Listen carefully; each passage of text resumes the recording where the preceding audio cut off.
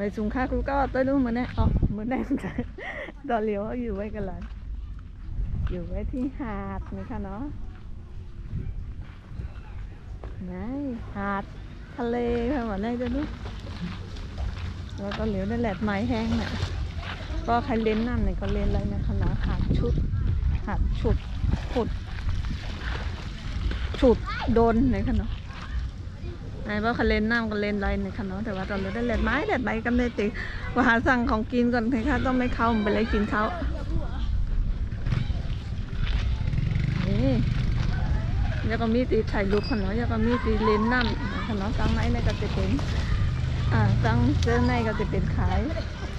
ข้าวพักในค่ะเนาะ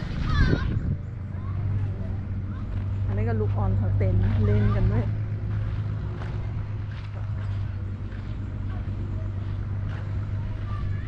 นั่งกินอาหารกันอันนี้บอกว่ามันกินอาหารในก็มากเข้ามันนั่งไรในค่ะเนาะ1 ก้อน10 บาทครับอะนั่งไหนนั่งแจ๊บนั่งกันแล้วอยู่นั่งกันแล้ว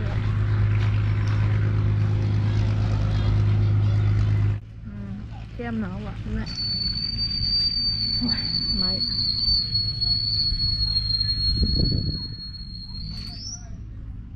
ไปอาหารมากินข้าวจ้อมกันค่ะ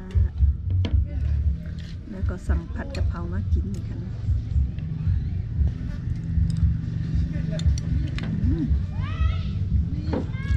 ข้าวในวันนี้จุนบะกังมันเอา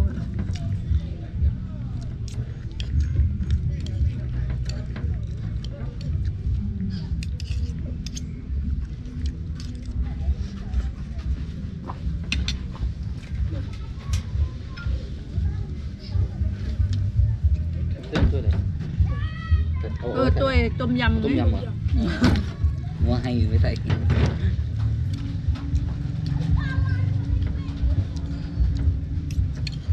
เพราะว่ามาเต็มเจ้าหรือว่ามากลางคำเลยเล่นน้ำก็ไรเลยค่ะเนาะอันนี้แหละกลางวันเล่นไม้บะไม้เล่นน้ำบะหัว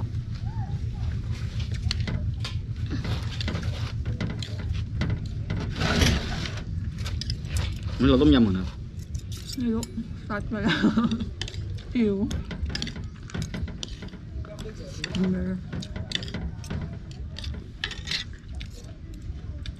เว้ย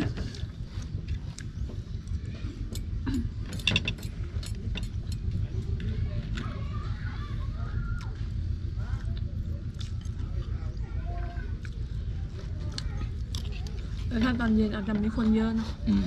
เพราะเขามาเล่นน้ำกัน